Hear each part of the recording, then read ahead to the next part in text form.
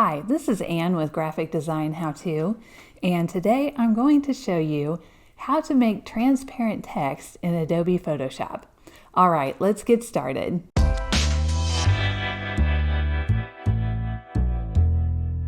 Okay, I've opened my image in Photoshop and I'm going to go ahead and duplicate the background. I'll click on the background layer and I'll hit Command J to duplicate it. I'll hit W to get to my magic wand tool right over here. Now on this top layer, I'm going to select subject. So I'll come up here to the very top and choose select subject. Now I actually did a really nice job, so this is good enough for me. And I'm going to create a layer mask. So it's this one down here at the bottom of layers, and I'll click that. Now if I turn off my background layer, you can see the cutout version. Next, I'll get on my text tool. I'll hit T on my keyboard, and that'll bring me to my text tool right down here. And I'll click once, and I'll type True Love. I'll get back on my Move tool and then hit Command T or Control T, and I'll just resize this to fill the space a little bit better.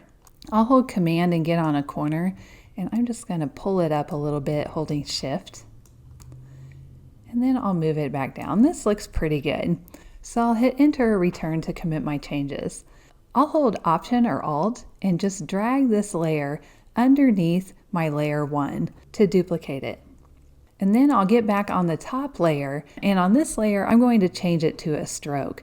So first I want to convert to shape. I'll right click and come down here to convert to shape. Then I'll get on my shape tool. I've got the polygon tool selected here, but any shape is fine. You'll probably see a rectangle here. Then up here at the top you'll see fill and stroke. I'll click on the fill, and then I'm going to change this to none.